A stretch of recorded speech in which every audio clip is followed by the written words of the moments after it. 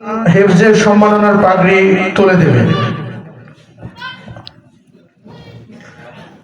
প্রথম পাগড়ি নিতে আসবে মোহাম্মদ আবু বকর সিদ্দিক, পিতা মোহাম্মদ মাসুদ মিয়া, গ্রাম শরীফনগর, থানা আজমেরীগঞ্জ, জেলা হবিগঞ্জ। লজিং মাস্টার ওনার নিজ বাড়ি থেকে এই কোরআন মুখস্থ করেছেন।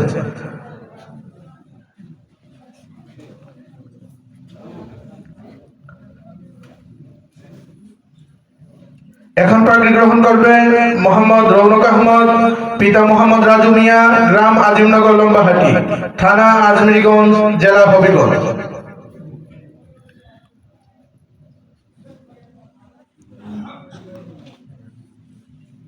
এখন পাগড়ি গ্রহণ করবে মোহাম্মদ আজহারুল ইসলাম তারেক, পিতা মোহাম্মদ সাহেব আলী, গ্রাম কাতারি মহল্লা, থানা বানিয়াচং, জেলা হবিগঞ্জ।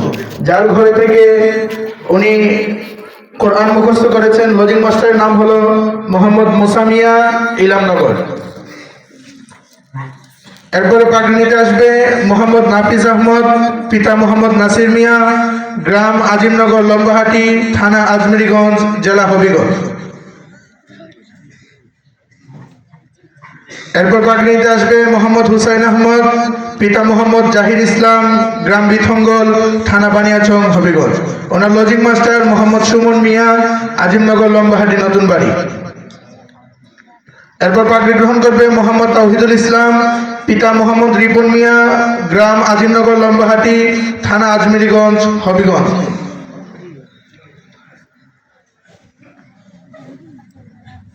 এখন পাগড়ি গ্রহণ করবে মোহাম্মদ হুজাইফা, পিতা মাওলানা শফিকুল ইসলাম, গ্রাম জাতকর্ণপাড়া, থানা বানিয়াচং, জেলা হবিগঞ্জ।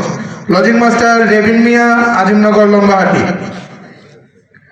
এরপরে পাগড়ি গ্রহণ করবে মোহাম্মদ মাহিন মিয়া, পিতা মোহন মিয়া, গ্রাম ইলামনগর, থানা আজমেরীগঞ্জ, হবিগঞ্জ। এরপর পাগড়ি গ্রহণ করবে মোহাম্মদ হাম্মাদ সাদ, পিতা হাফেজ মোহাম্মদ আবু ইউসুফ, গ্রাম জলসুখা, থানা আজমেরীগঞ্জ, হবিগঞ্জ। লজিং মাস্টার মোহাম্মদ আজিজুল মিয়া, আজিমনগর, মুন্সিহাটি।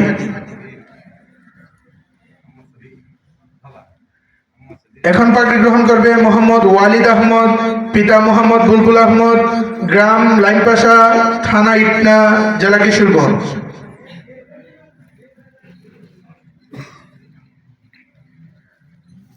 এখন পাগড়ি গ্রহণ করবে মোহাম্মদ জুবাইর আহমদ। ওয়ালিদের লজিং মাস্টারের নাম মোহাম্মদ দিলবার মিয়া।